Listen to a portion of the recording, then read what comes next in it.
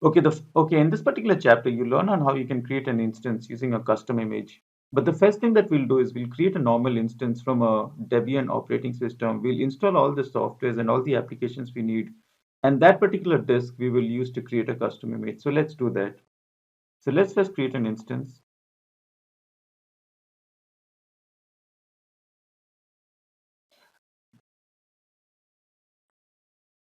Let's make it an E2 micro. Okay, now the boot disk is very important because the image that you'll be creating would be on top of the operating system that we choose over here. So make sure that you choose the operating system wisely. So I will choose the default as Debian itself. And let's make this as a standard persistent disk. And let's click on select. And let's create our instance. So let's click on create. Okay, so while my instance is being created, the next thing that I will do is I will install Apache on this particular instance. I will stop this instance and then I'll create an image out of this particular instance. So let's see how we can do that. Okay, so my instance is currently running. So let's SSH into it. Okay, so let's do a sudo su. And all that I will do is I'll just install Apache. So the commands to install Apache I'll give in the description below. It's just an apt install Apache 2. So let's run this. Okay, so now that our Apache is installed, let's try to access this particular IP address and see whether it's been installed. So let's copy this and let's run this here. Now, of course, this will not work because I have to enable the HTTP firewall. So let's open this instance again. So let's edit this.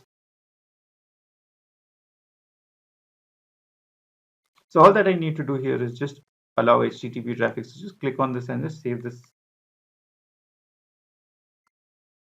And now let's try to log in.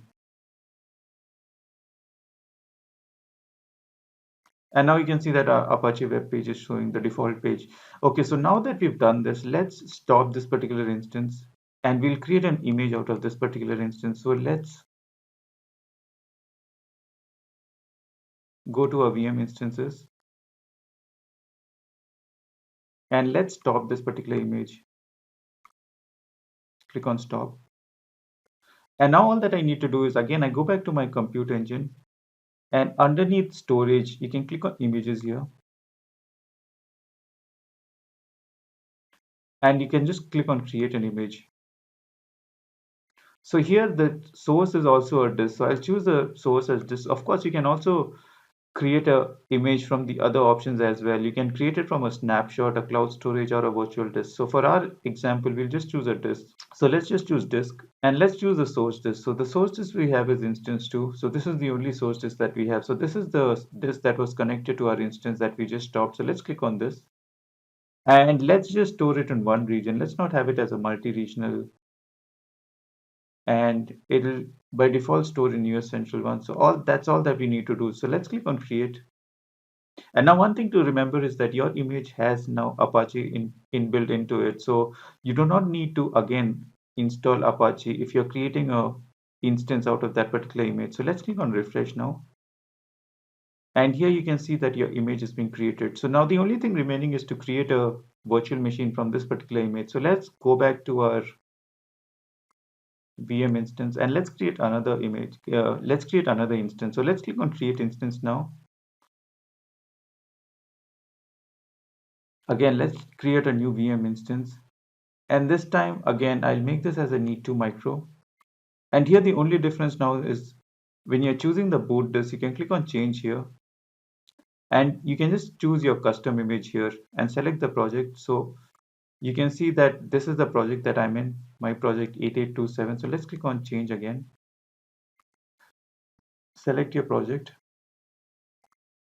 So one thing to note from here is you can actually also pick up images from different projects. So that's one thing you can remember. So it's not mandatory that you have to store your particular image in a particular project. You can store it in other projects as well.